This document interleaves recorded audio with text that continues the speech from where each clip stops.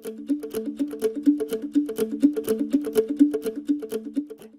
Science of Being Great by Wallace D. Wattles. Chapter 1. Any Person May Become Great. There is a principle of power in every person. By the intelligent use and direction of this principle, man can develop his own mental faculties. Man has an inherent power by which he may grow in whatsoever direction he pleases, and there does not appear to be any limit to the possibilities of his growth. No man has yet become so great in any faculty but that it is possible for some one else to become greater. The possibility is in the original substance from which man is made. Genius is omniscience flowing into man. Genius is more than talent. Talent may merely be one faculty developed out of proportion to other faculties, but genius is the union of man and God in the acts of the soul. Great men are always greater than their deeds.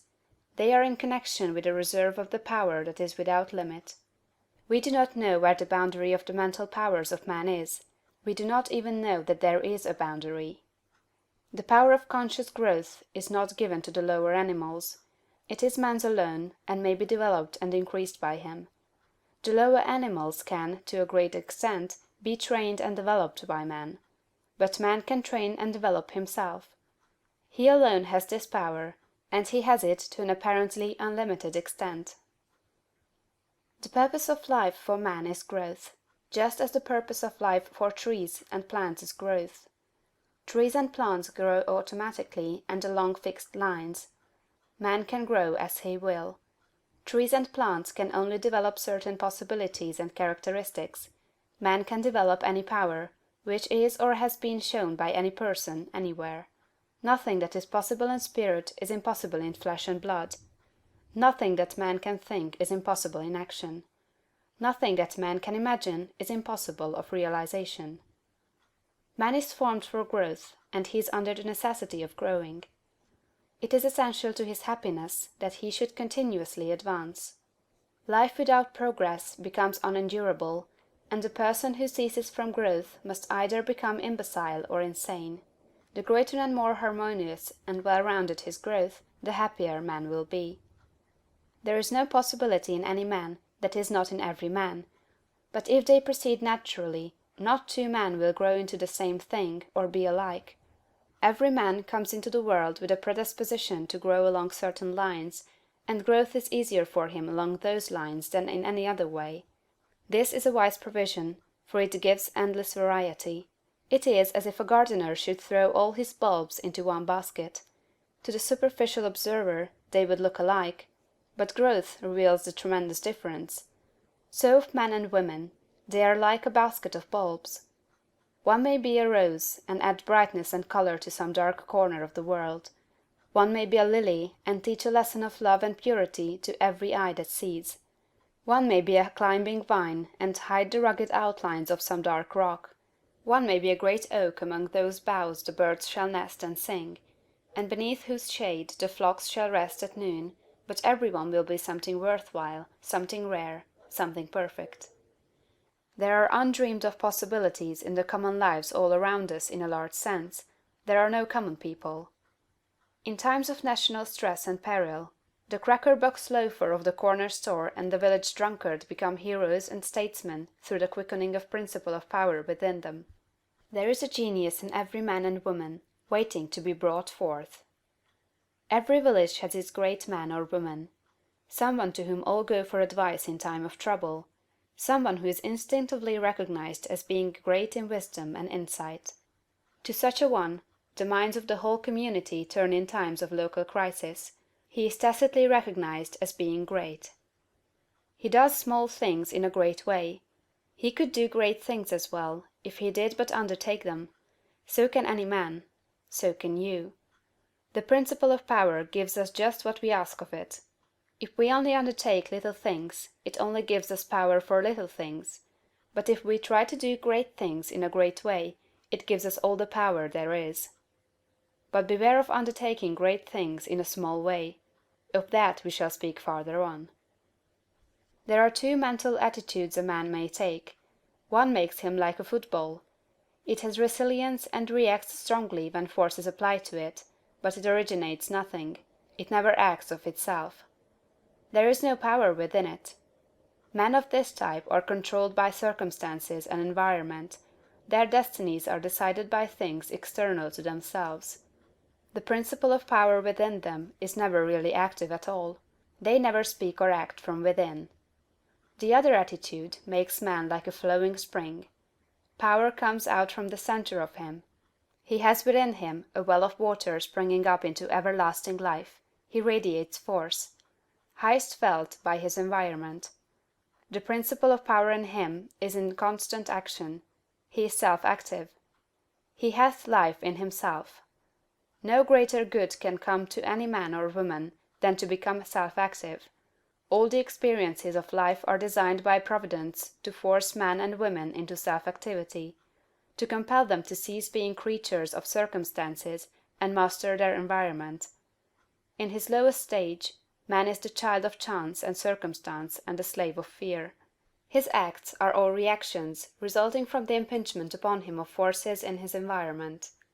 He acts only as he is acted upon, he originates nothing. But the lowest savage has within him a principle of power sufficient to master all that he fears. And if he learns this and becomes self-active, he becomes as one of the gods. The awakening of the principle of power in man is the real conversion, the passing from death to life. It is when the dead hear the voice of the Son of Man, and come forth and live. It is the resurrection and the life. When it is awakened, man becomes a son of the highest, and all power is given to him in heaven and on earth. Nothing was ever in any man that is not in you. No man ever made more spiritual or mental power than you can attain, or did greater things than you can accomplish. You can become what you want to be. Heredity and opportunity. You are not barred from attaining greatness by heredity. No matter who or what your ancestors may have been, or how unlearned or lowly their station, the upward way is open for you. There is no such thing as inheriting a fixed mental position. No matter how small the mental capital we receive from our parents, it may be increased. No man is born incapable of growth. Heredity counts for something. We are born with subconscious mental tendencies, as for instance, a tendency to melancholy or cowardice, or to ill temper. But all these subconscious tendencies may be overcome. When the real man awakens and comes forth, he can throw them off very easily. Nothing of this kind need keep you down. If you have inherited undesirable mental tendencies, you can eliminate them, and put desirable tendencies in their places. An inherited mental trait is a habit of thought of your father or mother impressed upon your subconscious mind. You can substitute the opposite impression by forming the opposite habit of thought. You can substitute a habit of cheerfulness for a tendency to despondency. You can overcome cowardice or ill temper. Heredity may count for something, too, in an inherited conformation of the skull. There is something in phrenology, if not as much as its exponents claim. It is true that the different faculties are localized in the brain, and that the power of a faculty depends upon the number of active brain cells in its area. A faculty whose brain area is large is likely to act with more power than one whose cranial section is small. Hence persons with certain conformations of the skull show talent as musicians, orators, mechanics, and so on. It has been argued from this that a man's cranial formation must, to a great extent, decide his station in life, but this is an error. It has been found that a small brain section, with many fine and active cells, gives as powerful expression to faculty as a larger brain with coarser cells. And it has been found that by turning the principle of power into any section of the brain, with the will and purpose to develop a particular talent, the brain cells may be multiplied indefinitely. Any faculty, power, or talent you possess, no matter how small or rudimentary, may be increased. You can multiply the brain cells in this particular area until it acts as powerfully as you wish. It is true that you can act most easily through those faculties that are now most largely developed. You can do, with the least effort, the things which come naturally, but it is also true that if you make the necessary effort you can develop any talent. You can do what you desire to do, and become what you want to be. When you fix upon some ideal, and proceed as hereinafter directed, all the power of your being is turned into the faculties required in the realization of that ideal. More blood and nerve force go to the corresponding sections of the brain, and the cells are quickened, increased, and multiplied in number. The proper use of the mind of man will build a brain capable of doing what the mind wants to do. The brain does not make the man makes the brain. Your place in life is not fixed by heredity. Nor are you condemned to the lower levels by circumstances or lack of opportunity. The principle of power in man is sufficient for all the requirements of his soul. No possible combination of circumstances can keep him down, if he makes his personal attitude right and determines to rise. The power which formed man and purposed him for growth also controls the circumstances of society, industry, and government. And this power is never divided against itself. The power which is in you is in the things around you, and when you begin to move forward, the things will arrange themselves for your advantage, as described in later chapters of this book. Man was formed for growth, and all things external were designed to promote his growth. No sooner does a man awaken his soul and enter on the advancing way, than he finds that not only is God for him, but nature, society, and his fellow men are for him also, and all things work together for his good if he obeys the law. Poverty is no bar to greatness, for poverty can always be removed. Martin Luther, as a child, sang in the streets for bread. Linnaeus, the naturalist, had only $40 with which to educate himself. He mended his own shoes, and often had to beg meals from his friends. Hugh Miller, apprenticed to a stonemason, began to study geology in a quarry. George Stephenson, inventor of the locomotive engine, and one of the greatest of civil engineers, was a coal miner, working in a mine, when he awakened and began to think. James Watt was a sickly child, and was not strong enough to be sent to school. Abraham Lincoln was a poor boy. In each of these cases, we see a principle of power in the man that lifts him above all opposition and adversity. There is a principle of power in you. If you use it and apply it in a certain way, you can overcome all heredity, and master all circumstances and conditions, and become a great and powerful personality. The source of power. Man's brain, body, mind, faculties, and talents are the mere instruments he uses in demonstrating greatness. In themselves they do not make him great. A man may have a large brain and a good mind, strong faculties and brilliant talents, yet he is not a great man unless he uses all these in a great way. That quality which enables man to use his abilities in a great way makes him great, and to that quality we give the name of wisdom. Wisdom is the essential basis of greatness. Wisdom is the power to perceive the best ends to aim at, and the best means for reaching those ends. It is the power to perceive the right thing to do. The man who is wise enough to know the right thing to do, who is good enough to wish to do only the right thing, and who is able and strong enough to do the right thing, is a truly great man.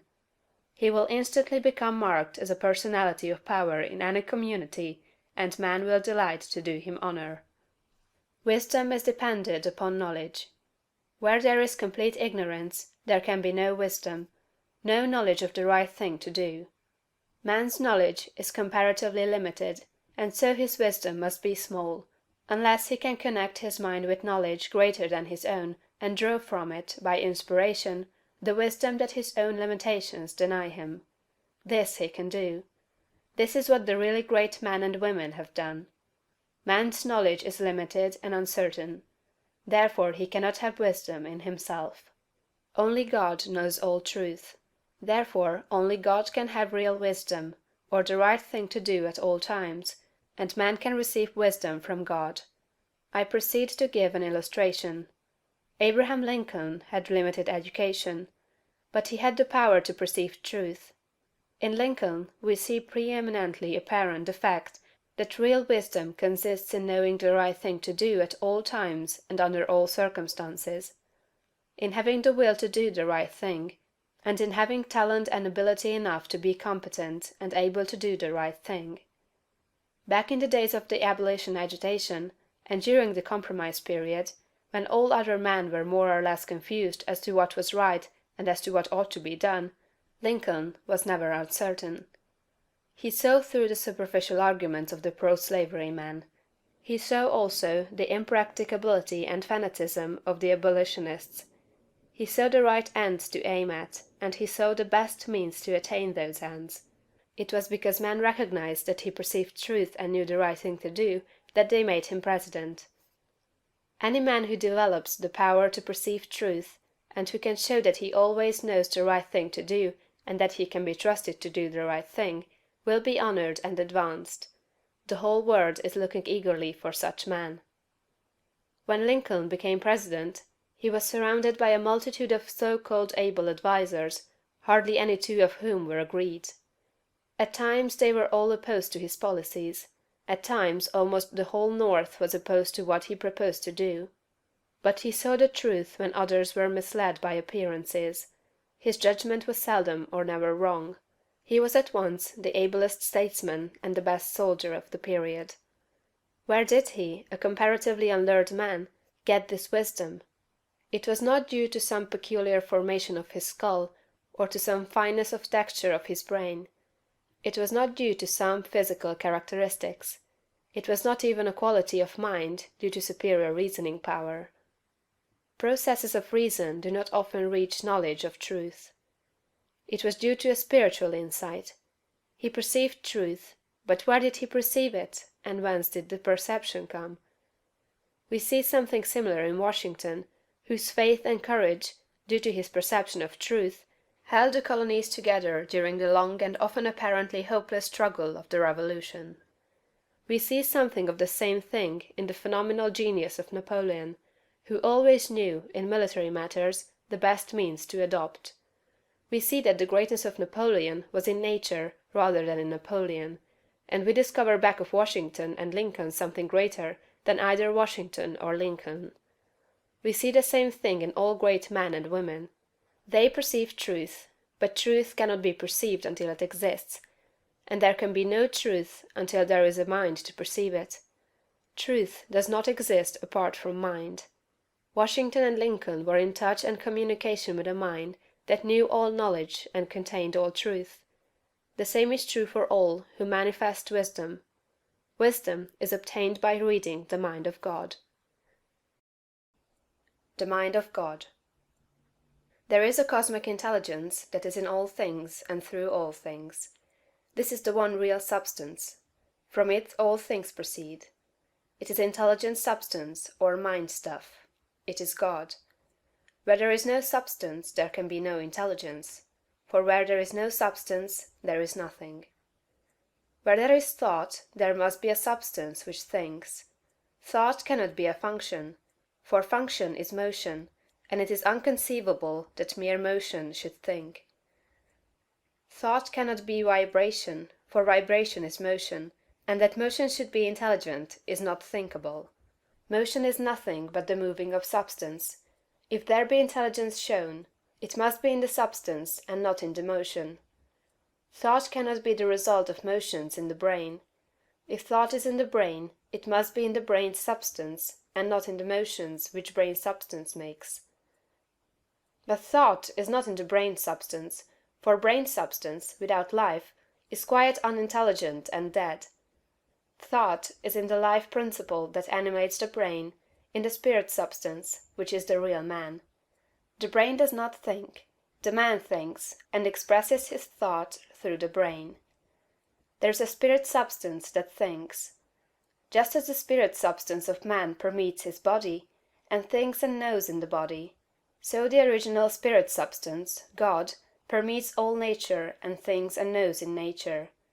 Nature is as intelligent as man, and knows more than man. Nature knows all things.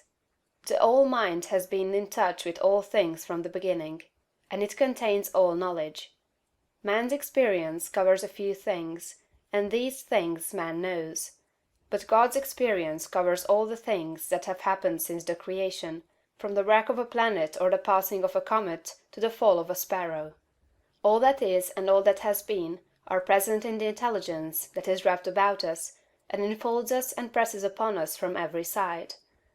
All the encyclopedias men have written are but trivial affairs compared to the vast knowledge held by the mind in which men live, move, and have their being. The truth men perceive by inspiration are thoughts held in this mind. If they were not thoughts, man could not perceive them, for they would have no existence, and they could not exist as thoughts unless there is a mind for them to exist in, and the mind can be nothing else than a substance which thinks. Man is thinking substance, a portion of the cosmic substance. But man is limited, while the cosmic intelligence from which he sprang, which Jesus calls the Father, is unlimited. All intelligence, power, and force comes from the Father. Jesus recognized this, and stated it very plainly. Over and over again, he ascribed all his wisdom and power to his unity with the Father, and to his perceiving the thoughts of God. My Father and I are one. This was the foundation of his knowledge and power. He showed the people the necessity of becoming spiritually awakened, of hearing his voice and becoming like him. He compared the unthinking man who is the prey and sport of circumstances to the dead man in a tomb, and besought him to hear and come forth. God is spirit, he said. Be born again, become spiritually awake, and you may see his kingdom. Hear my voice, see what I am and what I do, and come forth and live. The words I speak are spirit and life. Accept them, and they will cause a well of water to spring up within you. Then you will have life within yourself. I do what I see the Father do, he said, meaning that he read the thoughts of God. The Father shows all things to the Son. If any man has the will to do the will of God, he shall know truth. My teaching is not my own, but his that sent me. You shall know the truth, and the truth shall make you free. The Spirit shall guide you into all truth. We are immersed in mind, and that mind contains all knowledge and all truth. It is seeking to give us this knowledge, for our Father delights to give good gifts to his children. The prophets and seers and great men and women, past and present, were made great by what they received from God, not by what they were taught by man. This limitless reservoir of wisdom and power is open to you. You can draw upon it as you will, according to your needs.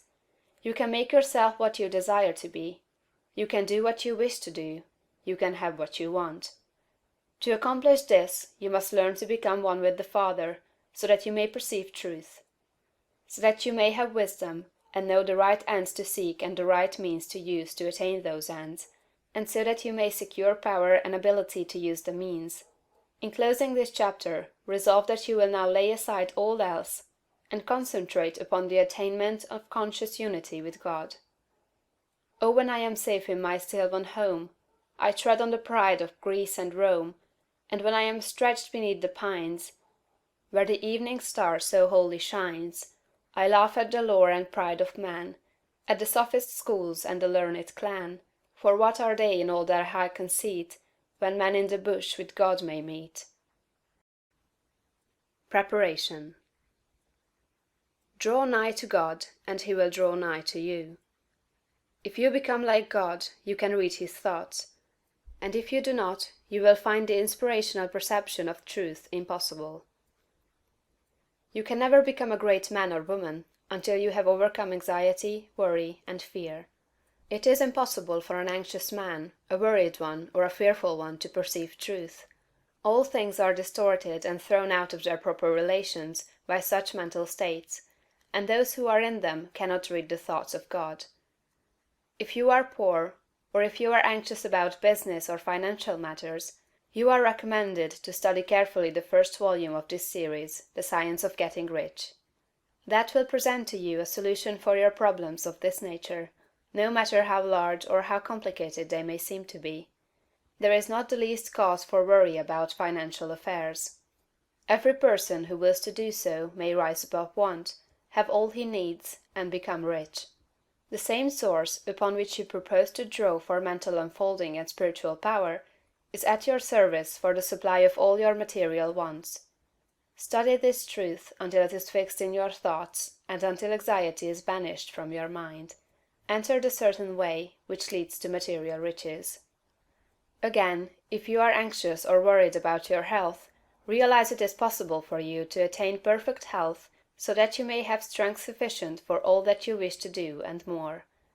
That intelligence that stands ready to give you wealth and mental and spiritual power will rejoice to give you health also.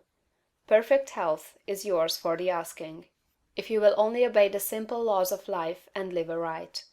Conquer ill health and cast out fear. But it is not enough to rise above financial and physical anxiety and worry. You must rise above moral evil doing as well. Sound your inner consciousness now for the motives that actuate you and make sure they are right. You must cast out lust and cease to be ruled by appetite, and you must begin to govern appetite. You must eat only to satisfy hunger, never for gluttonous pleasure, and in all things you must make the flesh obey the spirit. You must lay aside greed. Have no unworthy motive in your desire to become rich and powerful. It is legitimate and right to desire riches, if you want them for the sake of the soul, but not if you desire them for the lusts of the flesh. Cast out pride and vanity. Have no thought of trying to rule over others, or of outdoing them. This is a vital point. There is no temptation so insidious as the selfish desire to rule over others. Nothing so appeals to the average man or woman as to sit in the uppermost places at feasts, to be respectfully saluted in the marketplace, and to be called Rabbi, Master. To exercise some sort of control over others is the secret motive of every selfish person. The struggle for power over others is the battle of the competitive world, and you must rise above that world and its motives and aspirations, and seek only for life. Cast out envy. You can have all that you want, and you need not envy any man what he has. Above all things, see to it that you do not hold malice or enmity toward any one. To do so cuts you off from the mind whose treasures you seek to make your own. He that loves not his brother loves not God. Lay aside all narrow personal ambition, and determine to seek the highest good and to be swayed by no unworthy selfishness. Go over all the foregoing, and set these moral temptations out of your heart one by one, determined to keep them out. Then resolve that you will not only abandon all evil thought, but that you will forsake all deeds, habits, and courses of action which do not recommend themselves to your noblest ideals. This is supremely important. Make this resolution with all the power of your soul, and you are ready for the next step towards greatness, which is explained in the following chapter. The social point of view. Without faith, it is impossible to please God, and without faith, it is impossible for you to become great. The distinguishing characteristics of all really great men and women is an unwavering faith. We see this in Lincoln during the dark days of the war. We see it in Washington at Valley Forge. We see it in Livingstone, the crippled missionary, threading the mazes of the dark continent, his soul aflame with the determination to let in the light upon the accursed slave trade which his soul abhorred. We see it in Luther and in Francis Willard, in every man and woman who has attained a place on the muster roll of the great ones of the world. Faith, not a faith in oneself or in one's own powers, but faith in principle, in the something great which upholds right, and which may be relied upon to give us the victory in due time. Without this faith, it is not possible for anyone to rise to real greatness. The man who has no faith in principle will always be a small man. Whether you have this faith or not depends upon your point of view. You must learn to see the world as being produced by evolution, as a something that is evolving and becoming, not as a finished work. Millions of years ago, God worked with very low and crude forms of life, low and crude, yet each perfect after its kind. Higher and more complex organisms, animal and vegetable, appeared through the successive ages. The earth passed through stage after stage in its unfolding, each stage perfect in itself, and to be succeeded by a higher one. What I wish you to note is that the so-called lower organisms are as perfect after their kind as the higher ones; that the world in the Eocene period was perfect for that period. It was perfect, but God's work was not finished. This is true of the world today. Physically, socially, and industrially, it is all good, and it is all perfect. It is not complete anywhere or in any part, but so far as the handiwork of God has gone, it is perfect. This must be your point of view, that the world and all it contains is perfect, though not completed. All's right with the world. That is the great fact. There is nothing wrong with anything. There is nothing wrong with anybody. All the facts of life you must contemplate from this standpoint. There is nothing wrong with nature. Nature is a great advancing presence working beneficently for the happiness of all. All things in nature are good. She has no evil. She is not completed, for creation is still unfinished, but she is going on to give to man even more bountifully than she has given to him in the past. Nature is a partial expression of God, and God is love. She is perfect, but not complete. So it is of human society and government. What though there are trusts and combinations of capital and strikes and lockouts and so on? All these things are part of the forward movement. They are incidental to the evolutionary process of completing society. When it is complete, there will be harmony. But it cannot be completed without them. J.P. Morgan is as necessary to the coming social order as the strange animals of the age of reptiles were to the life of the succeeding period. And just as these animals were perfect after their kind, so Morgan is perfect after his kind. Behold, it is all very good. See government and industry as being perfect now, and as advancing rapidly toward being complete. Then you will understand that there is nothing to fear, no cause for anxiety, nothing to worry about. Never complain of any of these things. They are perfect. This is the very best possible word for the stage of development man has reached. This will sound like rank folly to many, perhaps to most people. What, they will say, are not child labor and the exploitation of men and women in filthy and unsanitary factories evil things? Aren't saloons evil? Do you mean to say that we shall accept all these and call them good? Child labor and similar things are no more evil than the way of living and the habits and practices of the cave dweller were evil. His ways were those of the savage stage of man's growth, and for that stage they were perfect. Our industrial practices are those of the savage stage of industrial development, and they are also perfect. Nothing better is possible until we cease to be mental savages in industry and business, and become men and women. This can only come about by the rise of the whole race to a higher viewpoint. And this can only come about by the rise of such individuals here and there as are ready for the higher viewpoint. The cure for all this inharmoniousness lies not with the masters or employers, but with the workers themselves. Whenever they reach a higher viewpoint, whenever they shall desire to do so, they can establish complete brotherhood and harmony in industry. They have the numbers and the power. They are getting now what they desire. Whenever they desire more in the way of a higher, purer, more harmonious life, they will receive more. True, they want more now, but they only want more of the things that make for animal enjoyment, and so industry remains in the savage, brutal, animal stage. When the workers begin to rise to the mental plane of living, and ask for more of the things that make for the life of the mind and soul, industry will at once be raised above the plane of savagery and brutality. But it is perfect now upon its plane. Behold! In fact, it is all very good. So it is true of saloons and dens of vice. If the majority of the people desire these things, it is right and necessary that they should have them. When the majority desires a world without such discords, they will create such a world. So long as men and women are on the plane of bestial thought, so long the social order will be in part disorder, and will show bestial manifestations.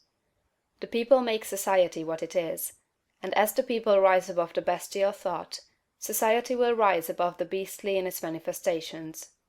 But a society which thinks in a bestial way must have saloons and dives. It is perfect after its kind, as the world was in the Eocene period, and very good. All this does not prevent you from working for better things.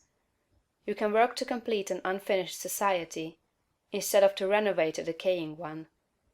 And you can work with a better heart and a more hopeful spirit. It will make an immense difference with your faith and spirit, whether you look upon civilization as a good thing that is becoming better, or as a bad and evil thing that is decaying. One viewpoint gives you an advancing and expanding mind, and the other gives you a descending and decreasing mind. One viewpoint will make you grow greater, and the other will inevitably cause you to grow smaller. One will enable you to work for the eternal things, to do large works in a great way toward the completing of all that is incomplete and inharmonious. And the other will make you a mere patchwork reformer, working almost without hope to save a few lost souls from what you will grow to consider a lost and doomed world. So you see it makes a vast difference to you, this matter of the social viewpoint. All's right with the world. Nothing can possibly be wrong but my personal attitude, and I will make that right. I will see the facts of nature and all the events, circumstances, and conditions of society, politics, government, and industry from the highest viewpoint. It is all perfect, though incomplete. It is all the handiwork of God. Behold, it is all very good. The individual point of view. Important as the matter of your point of view for the facts of social life is, it is of less moment than your viewpoint for your fellow men, for your acquaintances, friends, relatives, your immediate family, and most of all, yourself. You must learn not to look upon the world as a lost and decaying thing, but as a something perfect and glorious, which is going on to a most beautiful completeness. And you must learn to see men and women not as lost and accursed things, but as perfect beings advancing to become complete. There are no bad or evil people. An engine, which is on the rails pulling a heavy train, is perfect after its kind, and it is good. The power of steam, which drives it, is good. Let a broken rail throw the engine into the ditch, and it does not become bad or evil by being so displaced. It is a perfectly good engine, but off the track. The power of steam that drives it into the ditch and wrecks it is not evil, but a perfectly good power. So that which is misplaced, or applied in an incomplete or partial way, is not evil. There are no evil people. There are perfectly good people who are off the track, but they do not need condemnation or punishment. They only need to get upon the rails again. That which is undeveloped or incomplete often appears to us as evil, because of the way we have trained ourselves to think. The root of a bulb that shall produce a white lily is an unsightly thing. One might look upon it with disgust. But how foolish we should be to condemn the bulb for its appearance when we know the lily is within it. The root is perfect after its kind. It is a perfect but incomplete lily, and so we must learn to look upon every man and woman, no matter how unlovely in outward manifestation. They are perfect in their stage of being, and they are becoming complete. Behold, it is all very good. Once we come into a comprehension of this fact, and arrive at this point of view, we lose all desire to find fault with people, to judge them, criticize them, or condemn them. We no longer work as those who are saving lost souls, but as those who are among the angels, working out the completion of a glorious heaven. We are born of the Spirit, and we see the kingdom of God. We no longer see men as trees walking, but our vision is complete. We have nothing but good words to say. It is all good, a great and glorious humanity coming to completeness. And in our association with men this puts us into an expansive and enlarging attitude of mind. We see them as great beings, and we begin to deal with them and their affairs in a great way. But if we fall to the other point of view, and see a lost and degenerate race, we shrink into the contracting mind, and our dealings with men and their affairs will be in a small and contracted way. Remember to hold steadily to this point of view.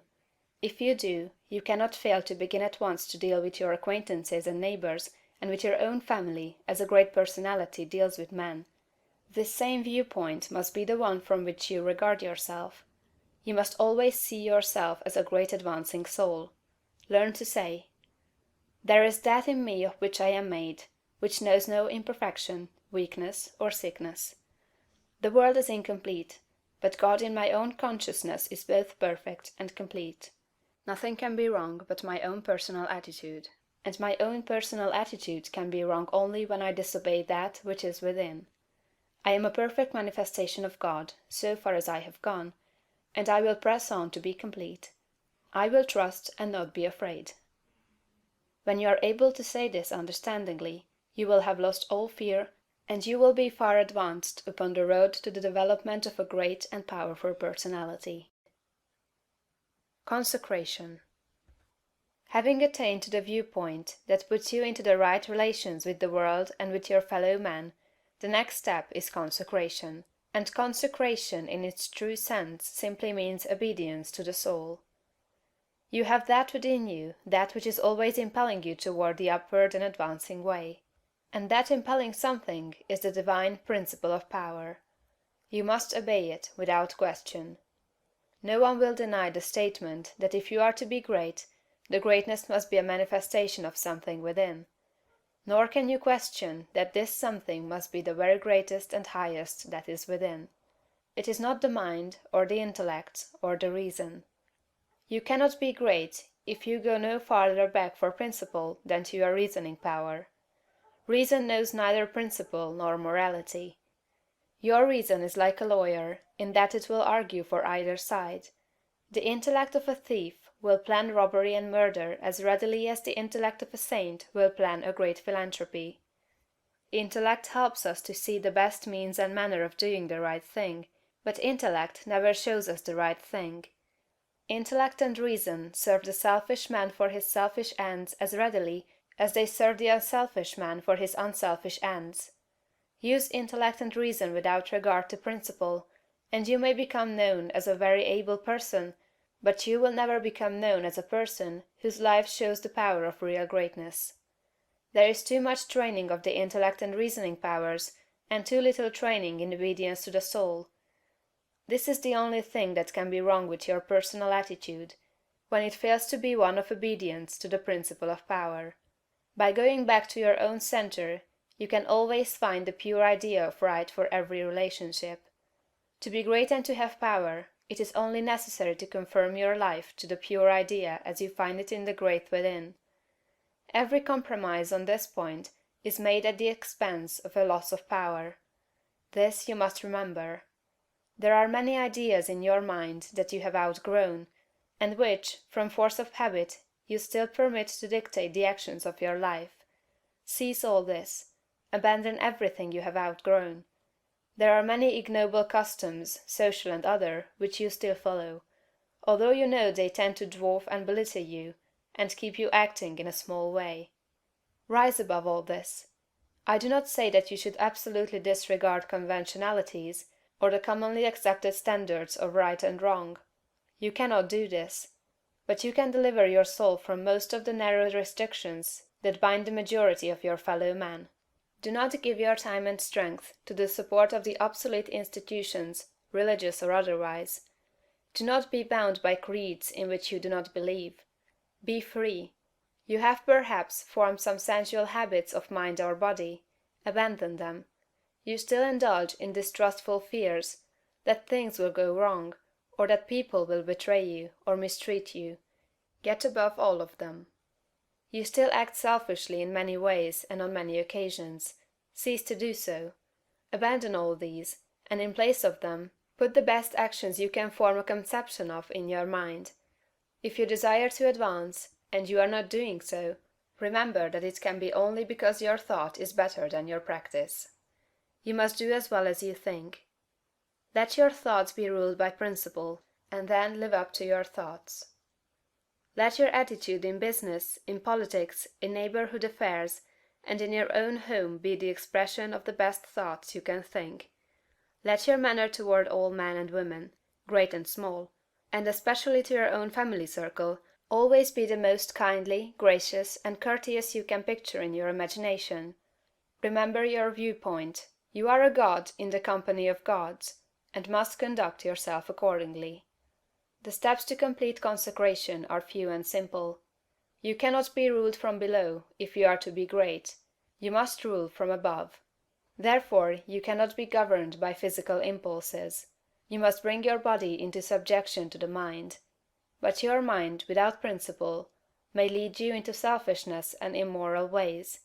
You must put the mind into subjection to the soul, and your soul is limited by the boundaries of your knowledge. You must put it into subjection to that our soul which needs no searching of the understanding, but before whose eye all things are spread. That constitutes consecration. Say, I surrender my body to be ruled by my mind. I surrender my mind to be governed by my soul. And I surrender my soul to the guidance of God. Make this consecration complete and thorough, and you have taken the second great step in the way of greatness and power. Identification.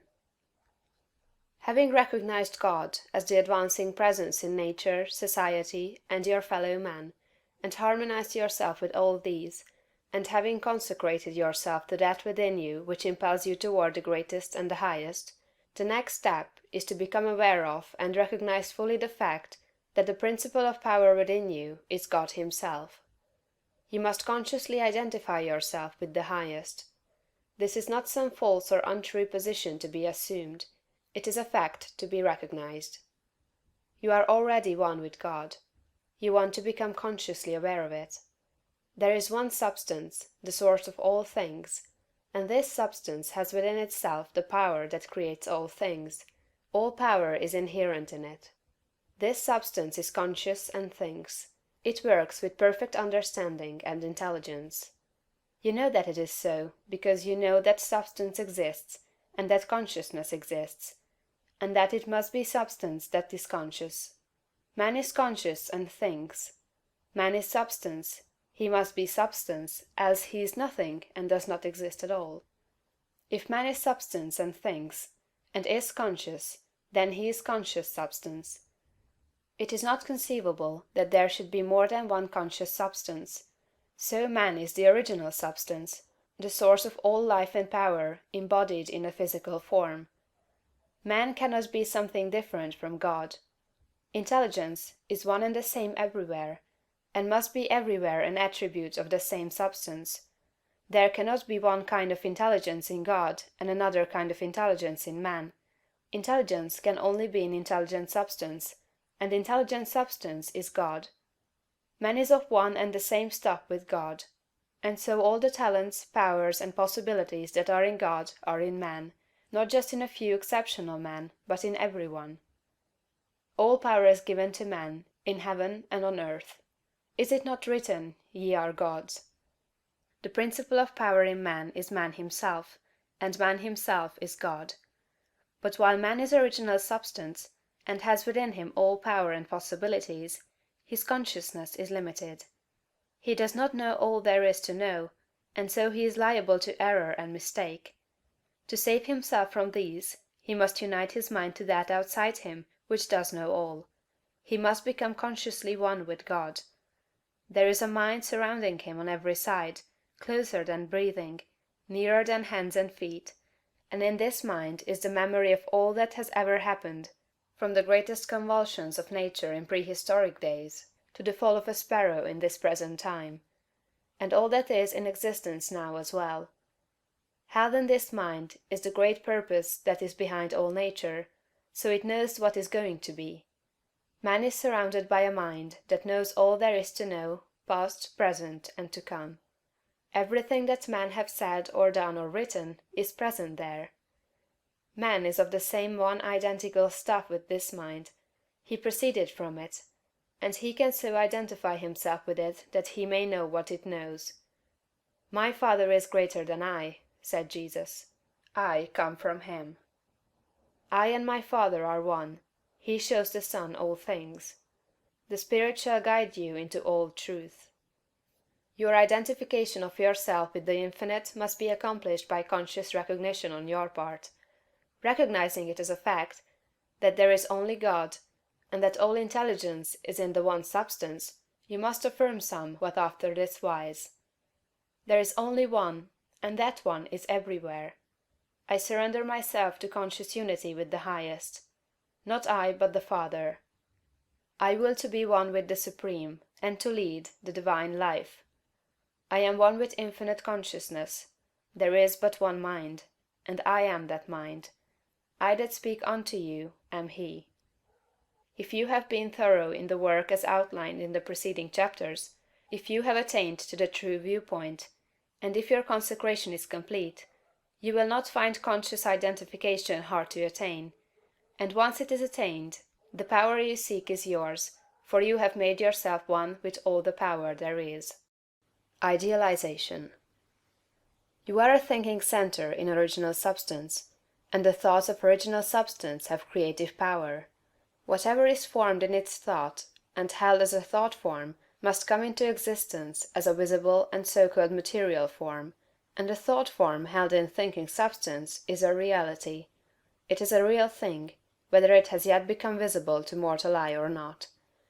This is a fact that you should impress upon your understanding, that a thought held in thinking substance is a real thing, a form, and has actual existence, although it is not visible to you. You internally take the form in which you think of yourself, and you surround yourself with the invisible forms of those things with which you associate in your thoughts. If you desire a thing, picture it clearly and hold the picture steadily in mind until it becomes a definite thought form. And if your practices are not such as to separate you from God, the thing you want will come to you in material form. It must do so in obedience to the law by which the universe was created. Make no thought form of yourself in connection with disease or sickness, but form a conception of health. Make a thought form of yourself as strong and hearty and perfectly well. Impress this thought form on creative intelligence, and if your practices are not in violation of the laws by which the physical body is built, your thought form will become manifest in your flesh. This also is certain: it comes by obedience to law. Make a thought form of yourself, as you desire to be, and set your ideal as near to perfection as your imagination is capable of forming the conception. Let me illustrate. If a young law student wishes to become great, let him picture himself, while attending to the viewpoint, consecration, and identification as previously directed, as a great lawyer, pleading his case with matchless eloquence and power before the judge and jury, as having an unlimited command of truth, of knowledge, and of wisdom. Let him picture himself as the great lawyer in every possible situation and contingency. While he is still only the student, in all circumstances let him never forget or fail to be the great lawyer in his thought form of himself. As the thought form grows more definite and habitual in his mind, the creative energies, both within and without, are set at work. He begins to manifest the form from within, and all the essentials without, which go into the picture, begin to be impelled toward him. He makes himself into the image, and God works with him. Nothing can prevent him from becoming what he wishes to be. In the same general way, the musical student pictures himself as performing perfect harmonies, and as delighting vast audiences. The actor forms the highest conception he is capable of in regard to his art, and applies this conception to himself. The farmer and the mechanic do exactly the same thing. Fix upon your ideal of what you wish to make of yourself. Consider well, and be sure that you make the right choice. That is, the one that will be the most satisfactory to you in a general way. Do not pay too much attention to the advice and suggestions of those around you. Do not believe that any one can know, better than yourself, what is right for you. Listen to what others have to say, but always form your own conclusions. Do not let other people decide what you are to be. Be what you feel that you want to be. Do not be misled by a false notion of obligation or duty. You can owe no possible obligation or duty to others that should prevent you from making the most of yourself. Be true to yourself, and you cannot then be false to any man. When you have fully decided what thing you want to be, Form the highest conception of that thing that you are capable of imagining, and make that conception a thought form. Hold that thought form as a fact, as the real truth about yourself, and believe in it. Close your ears to all adverse suggestions. Never mind if people call you a fool or a dreamer. Dream on. Remember that Bonaparte, the half-starved lieutenant, always saw himself as the general of armies and the master of France, and he became in outward realization what he held himself to be in mind. So likewise will you. Attend carefully to all that has been said in the preceding chapters, and act as directed in the following ones, and you will become what you want to be. Realization. If you were to stop with the close of the last chapter, however, you would never become great. You would be indeed a mere dreamer of dreams, a castle builder. Too many do stop there. They do not understand the necessity for present action in realizing the vision and bringing the thought form into manifestation. Two things are necessary: firstly, the making of the thought form, and secondly, the actual appropriation to yourself of all that goes into and around the thought form. We have discussed the first, now we will proceed to give directions for the second. When you have made your thought form, you are already, in your interior, what you want to be. Next, you must become externally what you want to be. You are already great within, but you are not yet doing the great things without. You cannot begin, on the instant, to do the great things. You cannot be before the world the great actor or lawyer or musician or personality you know yourself to be. No one will entrust great things to you as yet, for you have not made yourself known. But you can always begin to do small things in a great way. Here lies the whole secret. You can begin to be great today in your own home, in your store or office, on the street, everywhere. You can begin to make yourself known as great, and you can do this by doing everything you do in a great way. You must put the whole power of your great soul into every act, however small or commonplace, and so reveal to your family, your friends and neighbors what you really are. Do not brag or boast of yourself. Do not go about telling people what a great personage you are. Simply live in a great way. No one will believe you if you tell him you are a great man, but no one can doubt your greatness if you show it in your actions. In your domestic circle, be so just, so generous, so courteous and kindly, that your family, your wife, husband, children, brothers and sisters shall know that you are a great and noble soul. In all your relations with men be great, just, generous, courteous and kindly. The great are never otherwise. This is your attitude. Next, and most important, you must have absolute faith in your own perceptions of truth. Never act in haste or hurry. Be deliberate in everything. Wait until you feel that you know the true way. And when you do feel that you know the true way, be guided by your own faith, though the entire world shall disagree with you.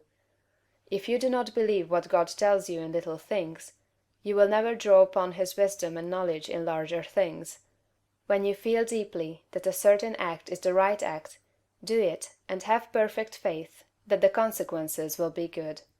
When you are deeply impressed that a certain thing is true, no matter what the appearances to the contrary may be, accept that thing as true and act accordingly.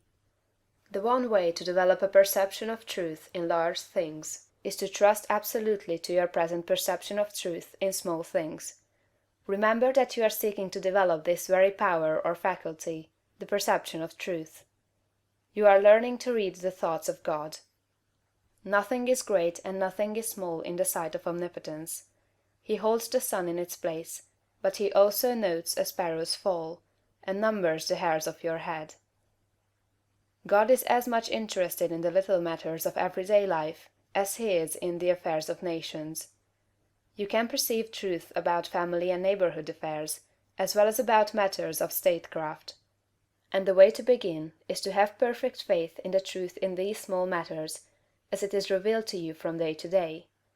When you feel deeply impelled to take a course that seems contrary to all reason and worthy judgment, take that course. Listen to the suggestions and advice of others, but always do what you feel deeply in the within to be the true thing to do. Rely with absolute faith, at all times, on your own perception of truth, but be sure that you listen to God, that you do not act in haste, fear, or anxiety. Rely upon your perception of truth in all the facts and circumstances of life. If you feel deeply that a certain man will be in a certain place on a certain day, go there with perfect faith to meet him. He will be there, no matter how unlikely it may seem. If you feel sure that certain people are making certain combinations, or doing certain things, act in the faith that they are doing those things. If you feel sure of the truth of any circumstance or happening, near or distant, past, present, or to come, trust in your perception. You may make occasional mistakes at first, because of your imperfect understanding of the within, but you will soon be guided almost invariably right. Soon your family and friends will begin to defer more and more to your judgment, and to be guided by you. Soon your neighbors and townsmen will be coming to you for counsel and advice. Soon you will be recognized as one who is great in small things, and you will be called upon more and more to take charge of larger things. All that is necessary is to be guided absolutely in all things by your inner light, your perception of truth. Obey your soul, have perfect faith in yourself. Never think of yourself with doubt or distrust, or as one who makes mistakes. If I judge, my judgment is just, for I seek not honor from man, but from the Father only. Hurry and Habit. No doubt you have many problems, domestic, social, physical, and financial, which seem to you to be pressing for instant solution. You have debts that must be paid, or other obligations that must be met. You are unhappily or inharmoniously placed, and feel that something must be done at once. Do not get into a hurry and act from superficial impulses. You can trust God for the solution of all your personal riddles. There is no hurry. There is only God, and all is well with the world. There is an invincible power in you, and the same power is in the things you want. It is bringing them to you, and bringing you to them. This is a thought that you must grasp, and hold continuously that the same intelligence that is in you is in the things you desire. They are impelled toward you as strongly and decidedly as your desire impels you toward them. The tendency, therefore, of a steadily held thought must be to bring the things you desire to you, and to group them around you. So long as you hold your thought and your faith right, all must go well. Nothing can be wrong but your own personal attitude, and that will not be wrong if you trust and are not afraid. Hurry is a manifestation of fear.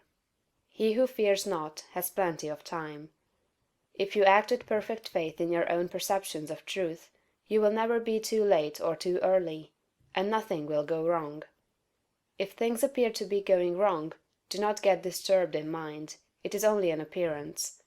Nothing can go wrong in this world but yourself, and you can go wrong only by getting into the wrong mental attitude. Whenever you find yourself getting excited, worried, or into the mental attitude of hurry, sit down and think it over, play a game of some kind, or take a vacation. Go on a trip, and all will be right when you return. So surely as you find yourself in the mental attitude of haste, just so surely may you know that you are out of the mental attitude of greatness. Hurry and fear will instantly cut your connection with the universal mind. You will get no power, no wisdom, and no information until you are calm. And to fall into the attitude of hurry will check the action of the principle of power within you. Fear turns strength to weakness. Remember that poise and power are inseparably associated.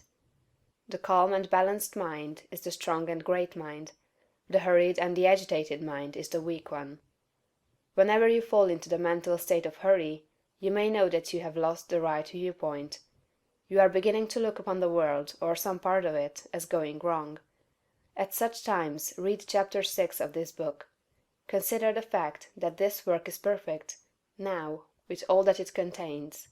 Nothing is going wrong, nothing can be wrong. Be poised, be calm, be cheerful. Have faith in God. Next, as to habit, it is probable that your greatest difficulty will be to overcome your old habitual ways of thought and to form new habits. The world is ruled by habit. Kings, tyrants, masters, and plutocrats hold their positions solely because the people have come to habitually accept them. Things are as they are only because people have formed the habit of accepting them as they are. When the people change their habitual thought about governmental, social, and industrial institutions, they will change the institutions. Habit rules us all. You have formed, perhaps, the habit of thinking of yourself as a common person, as one of a limited ability, or as being more or less of a failure. Whatever you habitually think yourself to be, that you are. You must form now a greater and better habit. You must form a conception of yourself as a being of limitless power, and habitually think that you are that being. It is the habitual, not the periodical thought that decides your destiny. It will avail you nothing to sit apart for a few moments several times a day to affirm that you are great, if during all the balance of the day, while you are about your regular vocation, you think of yourself as not great. No amount of praying or affirmation will make you great, if you still habitually regard yourself as being small. The use of prayer and affirmation is to change your habit of thought. Any act, mental or physical, often repeated becomes a habit. The purpose of mental exercises is to repeat certain thoughts over and over until the thinking of those thoughts becomes constant and habitual. The thoughts we continually repeat become convictions. What you must do is to repeat the new thought of yourself until it is the only way in which you think of yourself. Habitual thought, and not environment or circumstance, has made you what you are. Every person has some central idea or thought form of himself, and by this idea he classifies and arranges all his facts and external relationships. You are classifying your facts either according to the idea that you are a great and strong personality, or according to the idea that you are limited, common, or weak. If the latter is the case, you must change your central idea. Get a new mental picture of yourself. Do not try to become great by repeating mere strings of words or superficial formulas, but repeat over and over the thought of your own power and ability until you classify external facts and decide your place everywhere by this idea. In another chapter will be found an illustrative mental exercise and further directions on this point. Thought. Greatness is only attained by the constant thinking of great thoughts. No man can become great in outward personality until he is great internally. And no man can be great internally until he thinks. No amount of education, reading, or study can make you great without thought. But thought can make you great with every little study. There are altogether too many people who are trying to make something of themselves by reading books without thinking. All such will fail. You are not mentally developed by what you read, but by what you think about what you read. Thinking is the hardest and most exhausting of all labor, and hence many people shrink from it. God has so formed us that we are continuously impelled to thought. We must either think or engage in some activity to escape thought. The headlong, continuous chase for pleasure in which most people spend all their leisure time is only an effort to escape thought. If they are alone, or if they have nothing amusing to take their attention, as a novel to read or a show to see, they must think, and to escape from thinking they resort to novels, shows, and all the endless devices of the purveyors of amusement. Most people spend the greater part of their leisure time running away from thought, hence they are what they are. We never move forward until we begin to think. Read less and think more. Read about great things and think about great questions and issues. We have at the present time few really great figures in the political life of our country. Our politicians are a petty lot. There is no Lincoln, no Webster, no Clay, no Calhoun, no Jackson. Why? Because our present statesmen deal only with sordid and petty issues, questions of dollars and cents, of expediency and party success, of material prosperity without regard to ethical right. Thinking along these lines does not call forth great souls. The statesmen of Lincoln's time and previous times dealt with questions of eternal truth, of human rights and justice. Men thought upon great themes, they thought great thoughts, and they became great men. Thinking, not mere knowledge or information, makes personality. Thinking is growth. You cannot think without growing. Every thought engenders another thought. Write one idea, and others will follow until you have written a page. You cannot fathom your own mind. It has neither bottom nor boundaries. Your first thoughts may be crude, but as you go on thinking you will use more and more of yourself, you will quicken new brain cells into activity, and you will develop new faculties. Heredity, environment, circumstances, all things must give way before you if you practice sustained and continuous thought. But, on the other hand, if you neglect to think for yourself, and only use other people's thought, you will never know what you are capable of, and you will end by being incapable of anything. There can be no real greatness without original thought. All that a man does outwardly is the expression and completion of his inward thinking. No action is possible without thought, and no great action is possible until a great thought has preceded it. Action is the second form of thought, and personality is the materialization of thought. Environment is the result of thought. Things group themselves or arrange themselves around you according to your thought. There is, as Emerson says, some central idea or conception of yourself by which all the facts of your life are arranged and classified. Change this central idea, and you change the arrangement or classification of all the facts and circumstances of your life. You are what you are because you think as you do. You are where you are because you think as you do. You see then the immense importance of thinking about the great essentials set forth in the preceding chapters. You must not accept them in any superficial way. You must think about them until they are a part of your central idea. Go back to the matter of the point of view, and consider, in all its bearings, the tremendous thought that you live in a perfect world among perfect people, and that nothing can possibly be wrong with you but your own personal attitude. Think about all this until you fully realize all that it means to you. Consider that this is God's world, and that it is the best of all possible worlds, that He has brought it thus far toward completion by the processes of organic, social, and industrial evolution, and that it is going on to greater completeness and harmony. Consider that there is one great, perfect, intelligent principle of life and power, causing all the changing phenomena of the cosmos. Think about all this until you see that it is true, and until you comprehend how you should live and act as a citizen of such a perfect whole. Next, think of the wonderful truth that this great intelligence is in you. It is your own intelligence. It is an inner light impelling you toward the right thing and the best thing, the greatest act and the highest happiness. It is a principle of power in you, giving you all the ability and genius there is. It will infallibly guide you to the best, if you will submit to it and walk in the light.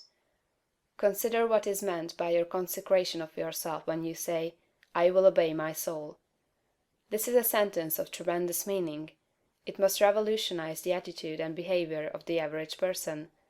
Then think of your identification with this great Supreme, that all its knowledge is yours, and all its wisdom is yours for the asking. You are a god if you think like a god. If you think like a god, you cannot fail to act like a god. Divine thoughts will surely externalize themselves in a divine life.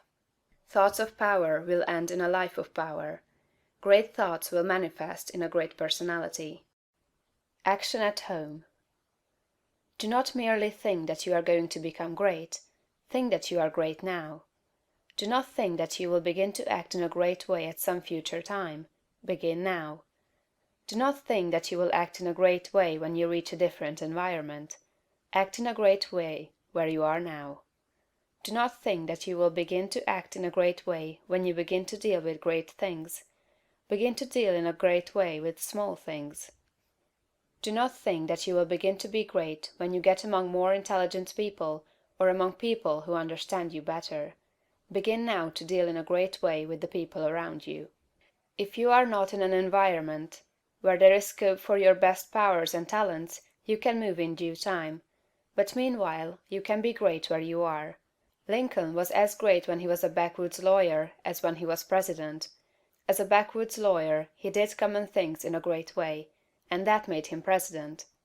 Had he waited until he reached Washington to begin to be great, he would have remained unknown.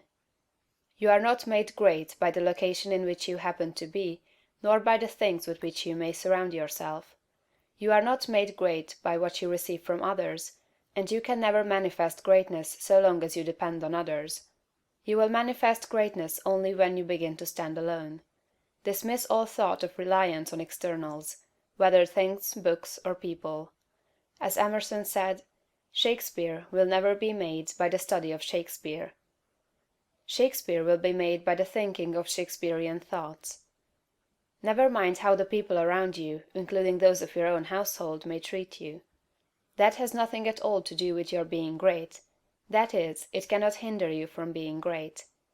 People may neglect you, and be unthankful and unkind in their attitude toward you. Does that prevent you from being great in your manner and attitude toward them? Your Father, said Jesus, is kind to the unthankful and the evil. Would God be great if he should go away and sulk because people were unthankful and did not appreciate him? Treat the unthankful and the evil in a great and perfectly kind way, just as God does. Do not talk about your greatness. You are really, in essential nature, no greater than those around you. You may have entered upon a way of living and thinking which they have not yet found, but they are perfect on their own plane of thought and action. You are entitled to no special honor or consideration for your greatness. You are a god, but you are among gods. You will fall into the boastful attitude if you see other people's shortcomings and failures and compare them with your own virtues and successes, and if you fall into the boastful attitude of mind, you will cease to be great and become small. Think of yourself as a perfect being among perfect beings, and meet every person as an equal, not as either superior or an inferior. Give yourself no airs. Great people never do. Ask no honors and seek no recognition. Honors and recognition will come fast enough if you are entitled to them. Begin at home. It is a great person who can always be poised, assured, calm, and perfectly kind and considerate at home. If your manner and attitude in your own family are always the best you can think of, you will soon become the one on whom all the others will rely. You will be a tower of strength, and a support in time of trouble. You will be loved and appreciated. At the same time, do not make the mistake of throwing yourself away in the service of others. The great person respects himself. He serves and helps, but he is never slavishly servile. You cannot help your family by being a slave to them, or by doing for them those things that by right they should do for themselves. You do a person an injury when you wait on him too much. The selfish and exacting are a great deal better off if their exactions are denied. The ideal world is not one where there are a lot of people being waited on by other people. It is a world where everybody waits on himself. Meet all demands, selfish and otherwise, with perfect kindness and consideration. But do not allow yourself to be made a slave to the whims, caprices, exactions, or slavish desires of any member of your family.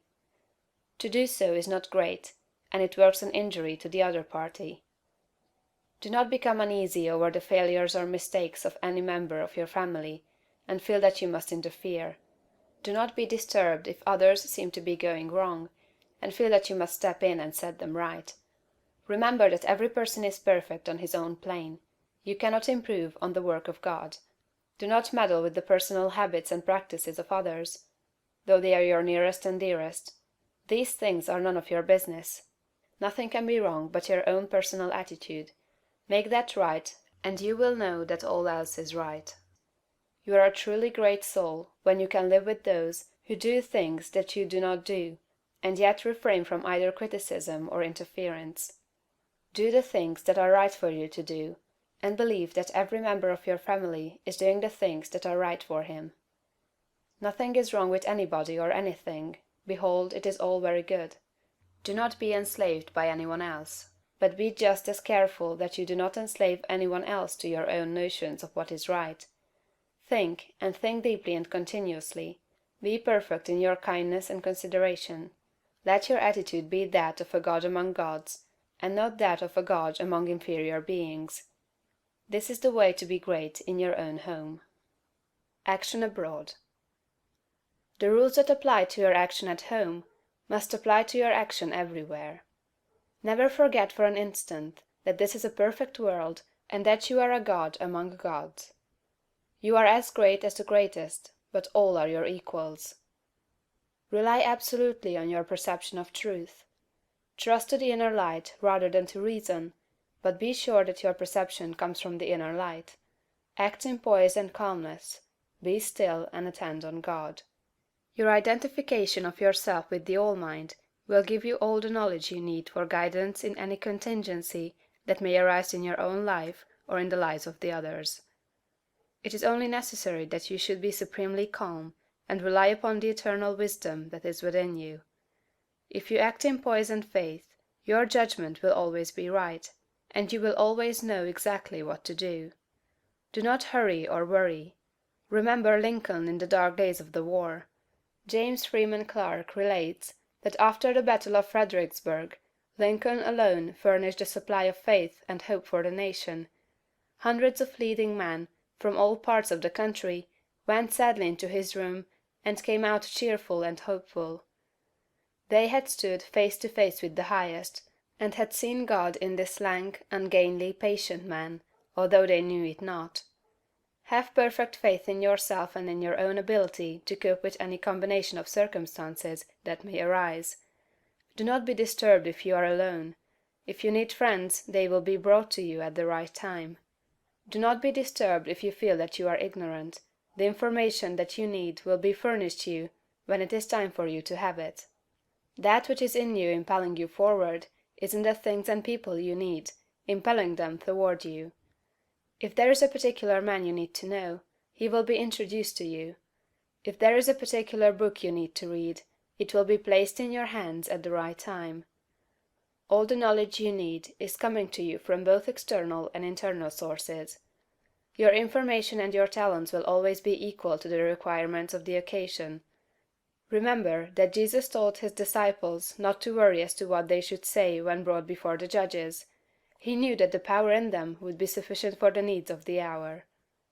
As soon as you awaken and begin to use your faculties in a great way, you will apply power to the development of your brain. New cells will be created, and dormant cells quickened into activity, and your brain will be qualified as a perfect instrument for your mind. Do not try to do great things until you are ready to go about them in a great way. If you undertake to deal with great matters in a small way, that is, from a low viewpoint, or with incomplete consecration and wavering faith and courage, you will fail. Do not be in a hurry to get to the great things. Doing great things will not make you great, but becoming great will certainly lead you to the doing of great things. Begin to be great where you are, and in the things you do every day. Do not be in haste to be found out or recognized as a great personality. Do not be disappointed if men do not nominate you for office within a month after you begin to practice what you read in this book. Great people never seek for recognition or applause. They are not great because they want to be paid for being so. Greatness is reward enough for itself. The joy of being something and of knowing that you are advancing is the greatest of all joys possible to man. If you begin in your own family, as described in the preceding chapter, and then assume the same mental attitude with your neighbors, friends, and those you meet in business, you will soon find that people are beginning to depend on you. Your advice will be sought, and a constantly increasing number of people will look to you for strength and inspiration, and rely upon your judgment. Here, as in the home, you must avoid meddling with other people's affairs. Help all who come to you, but do not go about officiously endeavoring to set other people right. Mind your own business. It is no part of your mission in life to correct people's morals, habits, or practices. Lead a great life, doing all things with a great spirit and in a great way. Give to him that asks of you as freely as you have received, but do not force your help or your opinions upon any man. If your neighbor wishes to smoke or drink, it is his business. It is none of yours until he consults you about it. If you lead a great life and do no preaching, you will save 1,000 times as many souls as one who leads a small life and preaches continuously. If you hold the right viewpoint of the world, others will find it out, and be impressed by it through your daily conversation and practice. Do not try to convert others to your point of view, except by holding it and living accordingly. If your consecration is perfect, you do not need to tell anyone. It will speedily become apparent to all that you are guided by a higher principle than the average man or woman. If your identification with God is complete, You do not need to explain the fact to others, it will become self-evident. To become known as a great personality, you have nothing to do but to live. Do not imagine that you must go charging about the world like Don Quixote, tilting at windmills, and overturning things in general, in order to demonstrate that you are somebody. Do not go hunting for big things to do. Live a great life where you are, and in the daily work you have to do, and greater works will surely find you out. Big things will come to you, asking to be done. Be so impressed with the value of a man that you treat even a beggar or the tramp with the most distinguished consideration. All is God. Every man and woman is perfect. Let your manner be that of a god addressing other gods. Do not save all your consideration for the poor. The millionaire is as good as the tramp. This is a perfectly good world, and there is not a person or thing in it but is exactly right. Be sure that you keep this in mind in dealing with things and men. Form your mental vision of yourself with care. Make the thought form of yourself as you wish to be, and hold this with the faith that it is being realized, and with the purpose to realize it completely. Do every common act as a god should do it. Speak every word as a god should speak it. Meet men and women of both low and high estate as a god meets other divine beings. Begin thus and continue thus, and your unfolding in ability and power will be great and rapid. Some further explanations. We go back here to the matter of the point of view, for, besides being vitally important, it is the one that is likely to give the student the most trouble. We have been trained, partly by mistaken religious teachers, to look upon the world as being like a wrecked ship, storm-driven upon a rocky coast. Utter destruction is inevitable at the end, and the most that can be done is to rescue, perhaps, a few of the crew. This view teaches us to consider the world as essentially bad and growing worse, and to believe that existing discord and inharmoniousness must continue and intensify until the end. It robs us of hope for society, government, and humanity, and gives us a decreasing outlook and contracting mind. This is all wrong. The world is not wrecked. It is like a magnificent steamer with the engines in place and the machinery in perfect order. The bunkers are full of coal, and the ship is amply provisioned for the cruise. There is no lack of any good thing. Every provision omniscience could devise has been made for the safety, comfort, and happiness of the crew. The steamer is out on the high seas, tacking hither and thither, because no one has yet learned the right course to steer. We are learning to steer, and in due time will come grandly into the harbor of perfect harmony. The world is good, and growing better. Existing discords and inharmoniousness are but the pitching of the ship incidental to our own imperfect steering. They will all be removed in due time. This view gives us an increasing outlook and an expanding mind. It enables us to think largely of society and of ourselves, and to do things in a great way. Furthermore, we see that nothing can be wrong with such a world or with any part of it, including our own affairs. If it is all moving on toward completion, then it is not going wrong. And as our own personal affairs are a part of the whole, they are not going wrong. You and all that you are concerned with are moving on toward completeness. Nothing can check this forward movement but yourself, and you can only check it by assuming a mental attitude that is at cross purposes with the mind of God. You have nothing to keep right but yourself. If you keep yourself right, nothing can possibly go wrong with you, and you can have nothing to fear. No business or other disaster can come upon you if your personal attitude is right, for you are a part of that which is increasing and advancing, and you must increase and advance with it. Moreover, your thought form will be mostly shaped according to your viewpoint of the cosmos. If you see the world as a lost and ruined thing, you will see yourself as a part of it, and as partaking in its sins and weaknesses. If your outlook for the world as a whole is hopeless, your outlook for yourself cannot be hopeful. If you see the world as declining toward its end, you cannot see yourself as advancing. Unless you think well of all the works of God, you cannot really think well of yourself, and unless you think well of yourself, you can never become great. I repeat that your place in life, including your material environment, is determined by the thought form you habitually hold of yourself. When you make a thought form of yourself, You can hardly fail to form in your mind a corresponding environment. If you think of yourself as an incapable, inefficient person, you will think of yourself with poor or cheap surroundings. Unless you think well of yourself, you will be sure to picture yourself in a more or less poverty-stricken environment. These thoughts, habitually held, become invisible forms in the surrounding mind-stuff, and are with you continually. In due time, by the regular action of the eternal creative energy, the invisible thought forms are produced in material stuff, and you are surrounded by your own thoughts made into material things. See nature as a great living and advancing presence, and see human society in exactly the same way. It is all one, coming from one source, and it is all good.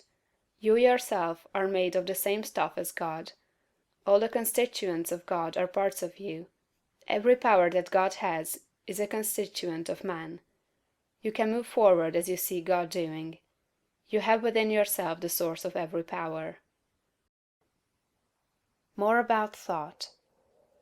Give place here to some further consideration of thought. You will never become great until your own thoughts make you great, and therefore it is of the first importance that you should think. You will never do great things in the external world until you think great things in the internal world, and you will never think great things until you think about truth, about the verities. To think great things, you must be absolutely sincere, and to be sincere, you must know that your intentions are right. Insincere or false thinking is never great, however logical and brilliant it may be.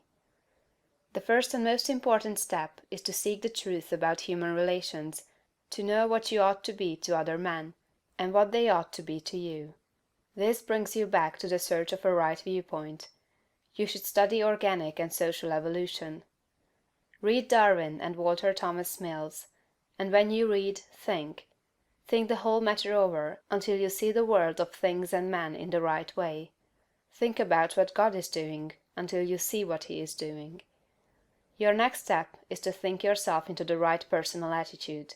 Your viewpoint tells you what the right attitude is, and obedience to the soul puts you into it. It is only by making a complete consecration of yourself to the highest that is within you that you can attain to sincere thinking. So long as you know you are selfish in your aims, or dishonest or crooked in any way in your intentions or practices, your thinking will be false, and your thoughts will have no power. Think about the way you are doing things, about all your intentions, purposes, and practices, until you know that they are right. The fact of his own complete unity with God is one that no person can grasp without deep and sustained thinking.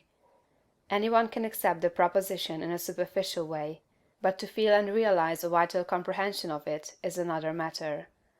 It is easy to think of going outside of yourself to meet God, but it is not easy to think of going inside yourself to meet God. But God is there, and in the Holy of Holies of your own soul you may meet Him face to face. It is a tremendous thing, this fact that all you need is already within you, that you do not have to consider how to get the power to do what you want to do, or to make yourself what you want to be. You only have to consider how to use the power you have in the right way. And there is nothing to do but to begin. Use your perception of truth. You can see some truth today. Live fully up to that, and you will see more truth tomorrow. To rid yourself of the old false ideas, you will have to think a great deal about the value of man, the greatness and worth of a human soul. You must cease from looking at human mistakes and look at successes. Cease from seeing faults and see virtues. You can no longer look upon men and women as lost and ruined beings that are descending into hell. You must come to regard them as shining souls who are ascending toward heaven. It will require some exercise of will power to do this, but this is the legitimate use of the will, to decide what you will think about and how you will think. The function of the will is to direct thought. Think about the good side of man, the lovely, attractive part, and exert your will in refusing to think of anything else in connection with them. I know of no one who has attained to so much on this one point as Eugene V. Debs, twice the Socialist candidate for President of the United States. Mr. Debs reverences humanity. No appeal for help is ever made to him in vain. No one receives from him an unkind or censorious word.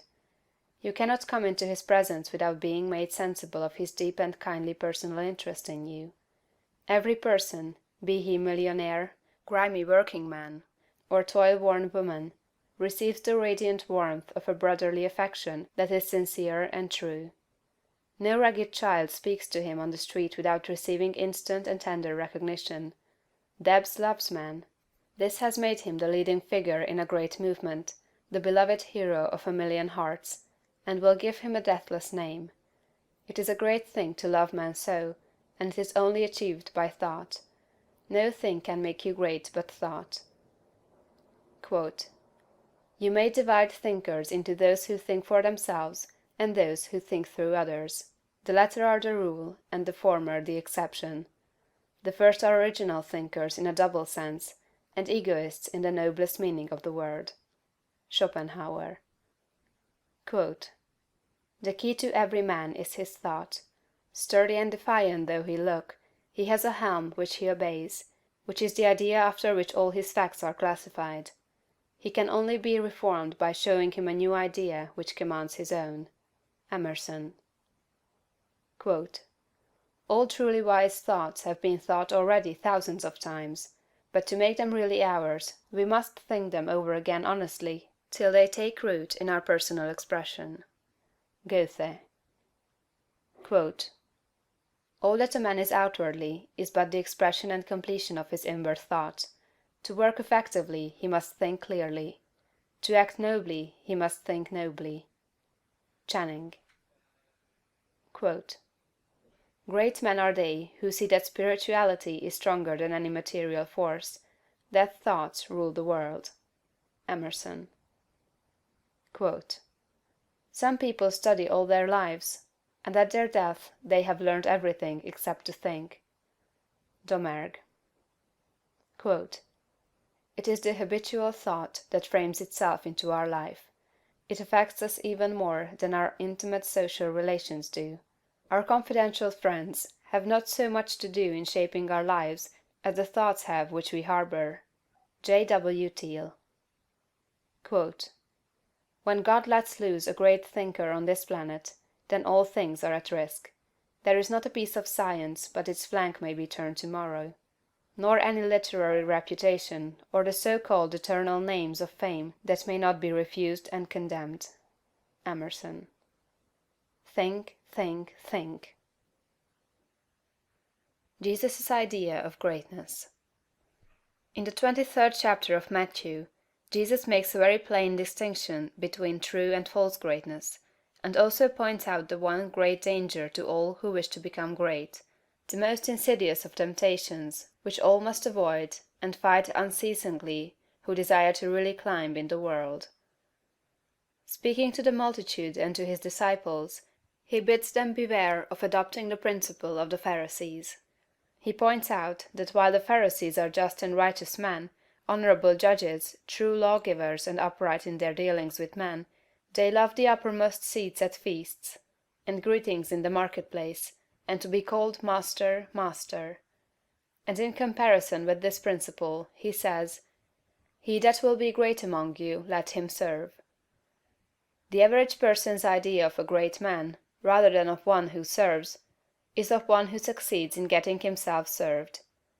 He gets himself in a position to command men, to exercise power over them, making them obey his will.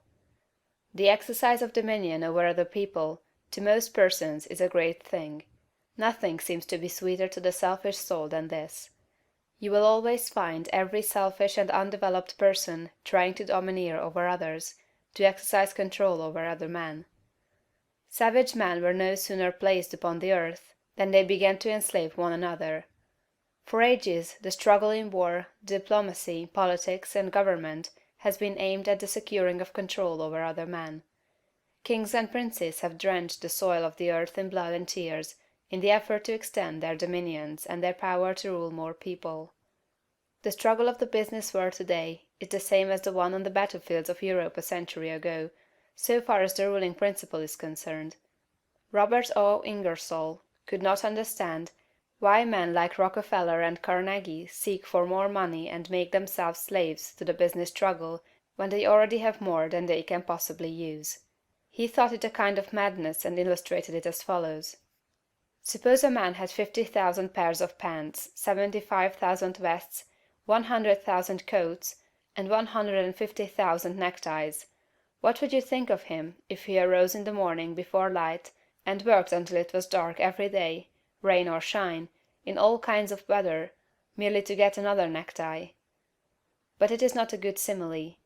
The possession of neckties gives a man no power over other men, while the possession of dollars does.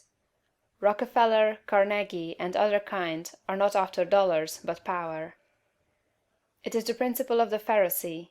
It is the struggle for the high place. It develops able men, cunning men, resourceful men, but not great men. I want you to contrast these two ideas of greatness sharply in your mind. He that will be great among you, let him serve. Let me stand before the average American audience and ask the name of the greatest American, and the majority will think of Abraham Lincoln. And is this not because in Lincoln, above all the other men who has served us in public life, we recognize the spirit of service? Not servility, but service. Lincoln was a great man because he knew how to be a great servant. Napoleon, able, cold, selfish, seeking the high places, was a brilliant man. Lincoln was great, Napoleon was not. The very moment you begin to advance and are recognized as one who is doing things in a great way, you will find yourself in danger. The temptation to patronize, advise, or take upon yourself the direction of other people's affairs is sometimes almost irresistible. Avoid, however, the opposite danger of falling into servility, or of completely throwing yourself away in the service of others. To do this has been the ideal of a great many people. The completely self-sacrificing life has been thought to be the Christ-like life, because, as I think, of a complete misconception of the character and teachings of Jesus. I have explained this misconception in a little book that I hope you may all sometime read, A New Christ. Thousands of people imitating Jesus, as they suppose, have belittled themselves and given up all else to go about doing good, practicing an altruism that is really as morbid and as far from great as the rankest selfishness. The finer instincts, which respond to the cry of trouble or distress, are not by any means all of you. They are not necessarily the best part of you. There are other things you must do besides helping the unfortunate, although it is true that a large part of the life and activities of every great person must be given to helping other people. As you begin to advance, they will come to you. Do not turn them away, but do not make the fatal error of supposing that a life of complete self-abnegation is the way of greatness. To make another point here, let me refer to the fact that Swedenborg's classification of fundamental motives is exactly the same as that of Jesus. He divides all men into two groups: those who live in pure love, and those who live in what he calls the love of ruling for the love of self. It will be seen that this is exactly the same as the lust for place and power of the Pharisees. Swedenborg saw this selfish love of power as the cause of all sin. It was the only evil desire of the human heart, from which all other evil desires sprang. Over against this he places pure love. He does not say love of God or love of man, but merely love. Nearly all religionists make more of love and service to God than they do of love and service to man. But it is a fact that love to God is not sufficient to save a man from the lust for power, for some of the most ardent lovers of the Deity have been the worst of tyrants. Lovers of God are often tyrants, and lovers of man are often meddlesome and officious. A view of evolution. But how shall we avoid throwing ourselves into altruistic work if we are surrounded by poverty, ignorance, suffering, and every appearance of misery, as very many people are? Those who live where the withered hand of want is thrust upon them from every side appealingly for aid must find it hard to refrain from continuous giving. Again, there are social and other irregularities, injustices done to the weak, which fire generous souls with an almost irresistible desire to set things right. We want to start a crusade. We feel that the wrongs will never be righted until we give ourselves wholly to the task. In all this we must fall back upon the point of view. We must remember that this is not a bad world, but a good world in the process of becoming. Beyond all doubt, there was a time when there was no life upon this earth. The testimony of geology to the fact that the globe was once a ball of burning gas and molten rock, clothed about with boiling vapors, is indisputable. And we do not know how life could have existed under such conditions. That seems impossible. Geology tells us that later on a crust formed, the globe cooled and hardened, the vapors condensed and became mist or fell in rain. The cooled surface crumbled into soil, moisture accumulated, ponds and seas were gathered together, and at last somewhere in the water or on the land appeared something that was alive. It is reasonable to suppose that this first life was in single-celled organisms, but behind these cells was the insistent urge of spirit, the great one life seeking expression. And soon organisms, having too much life to express themselves with one cell, had two cells and them many, and still more life was poured into them. Multiple-celled organisms were formed, plants, trees, vertebrates, and mammals, many of them with strange shapes, but all were perfect after their kind, as everything is that God makes. No doubt there were crude and almost monstrous forms of both animal and plant life, but everything filled its purpose on its day, and it was all very good. Then another day came, the great day of the evolutionary process, a day when the morning stars sang together, and the sons of God shouted for joy to behold the beginning of the end. For man, the object aimed at from the beginning, had appeared upon the scene. An ape-like being, little different from the beasts around him in appearance, but infinitely different capacity for growth and thought. Art and beauty, architecture and song, poetry and music, all these were unrealized possibilities in that ape-man's soul, and for his time and kind he was very good. It is God that works in you to will and to do of his good pleasure, says St. Paul. From the day the first man appeared, God began to work in man, putting more and more of himself into each succeeding generation, urging them on to larger achievements and to better conditions, social, governmental, and domestic. Those who looking back into ancient history see the awful conditions which existed, the barbarities, idolatries, and sufferings, and reading about God in connection with these things, are disposed to feel that he was cruel and unjust to man, should pause and think. From the ape-man to the coming Christ-man, the race has had to rise. And it could only be accomplished by the successive unfolding of the various powers and possibilities latent in the human brain. God desired to express himself, to live in form, and not only that, but to live in a form through which he could express himself on the highest moral and spiritual plane. God wanted to evolve a form in which he could live as a God and manifest himself as a God. This was the aim of the evolutionary force. The ages of warfare, bloodshed, suffering, injustice, and cruelty were tempered in many ways with love and justice as time advanced. And this was developing the brain of man to a point where it should be capable of giving full expression to the love and justice of God. The end is not yet. God aims not at the perfection of a few choice specimens for exhibition, like the large berries at the top of the box, but at the glorification of the race. The time will come when the kingdom of God shall be established on earth. The time foreseen by the dreamer of the Isle of Patmos, when there shall be no crying, neither shall there be any more pain, for the former things are all passed away, and there shall be no night there. And serving God. I have brought you thus far through the 2 preceding chapters with a view to finally settling the question of duty. This is one that puzzles and perplexes very many people who are earnest and sincere, and gives them a great deal of difficulty in its solution. When they start out to make something of themselves and to practice the science of being great, they find themselves necessarily compelled to rearrange many of their relationships. There are friends who perhaps must be alienated. There are relatives who misunderstand and who feel that they are in some way being slighted. The really great man is often considered selfish by a large circle of people who are connected with him and who feel that he might bestow upon them more benefits than he does. The question at the outset is it my duty to make the most of myself regardless of everything else? Or shall I wait until I can do so without any friction or without causing loss to any one? This is the question of duty to self versus duty to others. One's duty to the world has been thoroughly discussed in the preceding pages, and I give some consideration now to the idea of duty to God.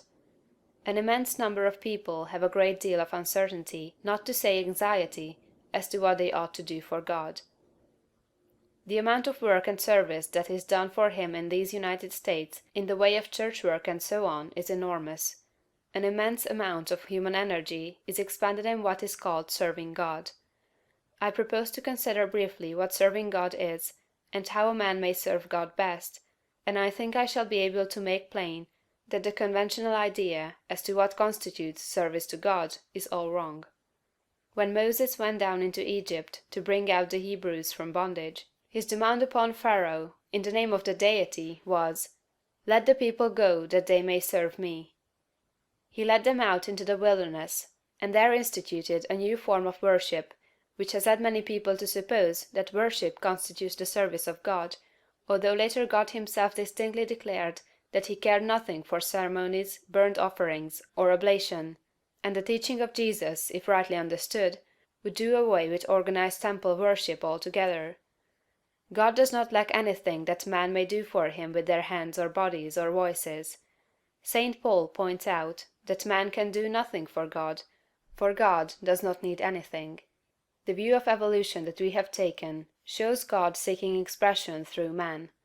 Through all the successive ages in which his Spirit has urged man up to the height, God has gone on seeking expression. Every generation of man is more godlike than the preceding generation. Every generation of man demands more in the way of fine homes, pleasant surroundings, congenial work, rest, travel, and opportunity for study than the preceding generation. I have heard some short-sighted economists argue that the working people of today ought surely to be fully contented because their condition is so much better than that of the working man 200 years ago, who slept in a windowless hut on a floor covered with rushes in company with his pigs. If that man had all that he was able to use for the living of all the life he knew how to live, he was perfectly content, and if he had lack he was not contented. The man of today has a comfortable home and very many things, indeed, that were unknown a short period back in the past, and if he has all that he can use for the living of all the life he can imagine, he will be content.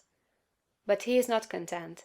God has lifted the race so far that any common man can picture a better and more desirable life than he is able to live under existing conditions.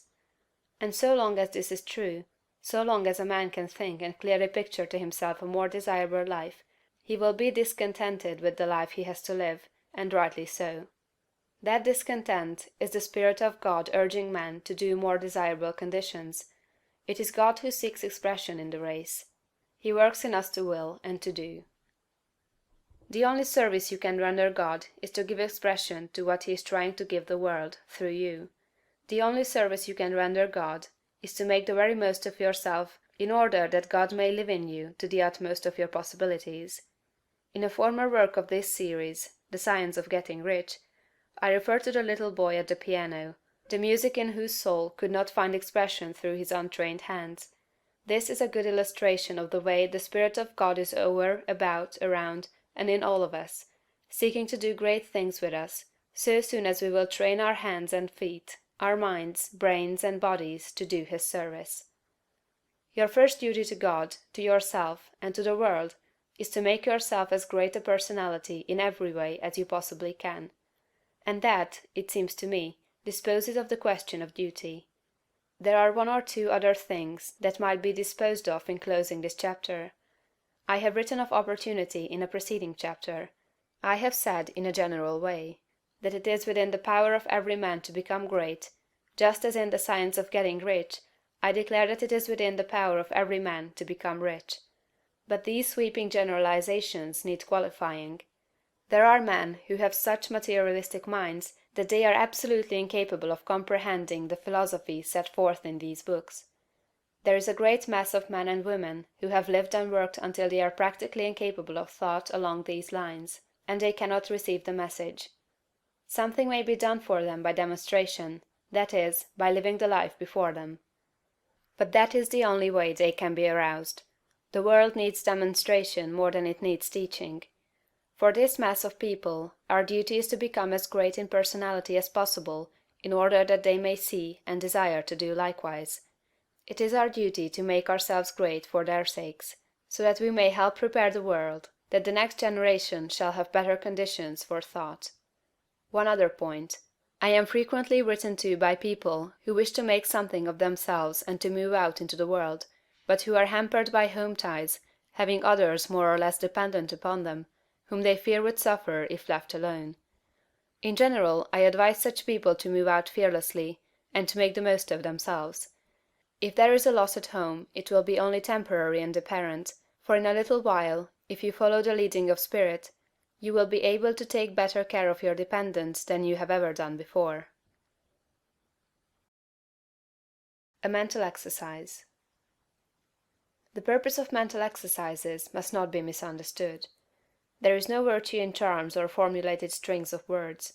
There is no short-cut to development by repeating prayers or incantations. A mental exercise is an exercise, not in repeating words, but in the thinking of certain thoughts. The phrases that we repeatedly hear become convictions, as Goethe says, and the thoughts that we repeatedly think become habitual, and make us what we are. The purpose in taking a mental exercise is that you may think certain thoughts repeatedly until you form a habit of thinking them. Then they will be your thoughts all the time. Taken in the right way and with an understanding of their purpose, mental exercises are of great value, but taken as most people take them, they are worse than useless. The thoughts embodied in the following exercise are the ones you want to think. You should take the exercise once or twice daily, but you should think the thoughts continuously. That is, do not think them twice a day for a stated time, and then forget them until it is time to take the exercise again. The exercise is to impress you with the material for continuous thought. Take a time when you can have from 20 minutes to half an hour secure from interruption, and proceed first to make yourself physically comfortable. Lie at ease in a Morris chair, or on a couch, or in bed. It is best to lie flat on your back. If you have no other time, take the exercise on going to bed at night and before rising in the morning. First let your attention travel over your body from the crown of your head to the soles of your feet, relaxing every muscle as you go. Relax completely. And next, get physical and other ills off your mind. Let the attention pass down the spinal cord and out over the nerves to the extremities, and as you do so, think, "My nerves are in perfect order all over my body. They obey my will, and I have great nerve force." Next bring your attention to the lungs and think, "I am breathing deeply and quietly, and the air goes into every cell of my lungs, which are in perfect condition. My blood is purified and made clean." Next to the heart. "My heart is beating strongly and steadily, and my circulation is perfect, even to the extremities." Next to the digestive system. "My stomach and bowels perform their work perfectly.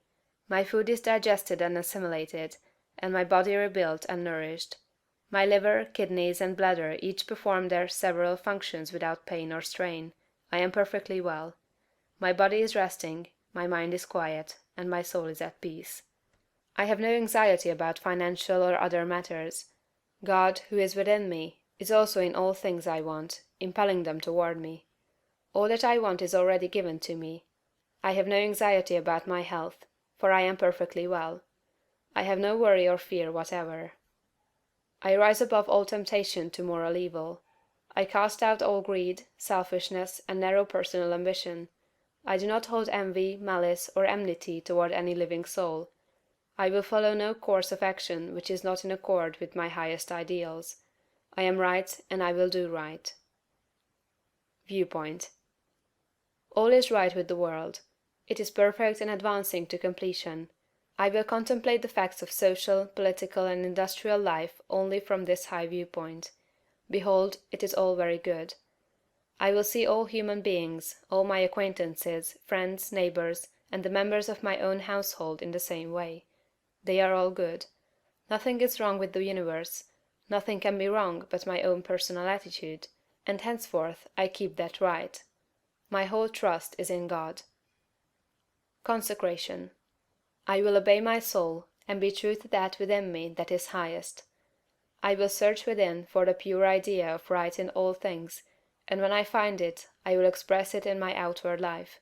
I will abandon everything I have outgrown for the best I can think.